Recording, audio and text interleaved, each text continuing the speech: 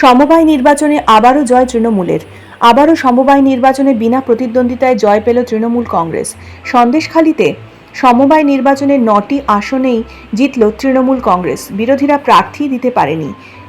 উত্তর 24 পরগনার বসিরহাট মহকুমার সন্দেশখালী 2 নম্বর ব্লকের খুলনা গ্রাম পঞ্চায়েতের উত্তর হাটগাছি সমবায় নির্বাচনে ছিল 9টি আসন। তৃণমূল কংগ্রেসের প্রার্থীরা প্রতিদ্বন্দ্বিতা করেন। বিরোধী দল অর্থাৎ বিজেপি, বাম সহ কংগ্রেস কেউই সেখানে কোনো প্রার্থী দিতে পারেনি। 2024-এর বসিরহাট লোকসভা নির্বাচনে এই সন্দেশখালী বিধানসভায় প্রায় 8,500 ভোটে বিজেপি জিতলেও তারপর বিজেপির নেতা কর্মী সমর্থকেরা তৃণমূলে যোগদান করেছেন।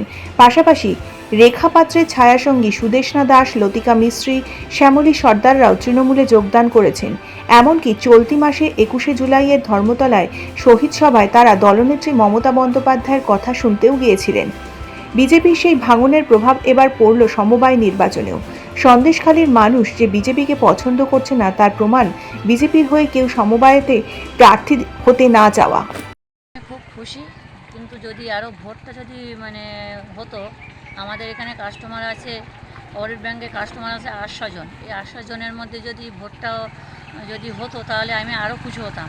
কেননা এই বিনা প্রতিদ্বন্দ্বিতায় এরকমভাবে পাশ করাটা আমার ঠিক ভালো লাগে না। আর ভোট হলে খুব ভালো হতো। আপনি তো ক্যান্ডিডেট ছিলেন না? হ্যাঁ। Bureau report, news N24।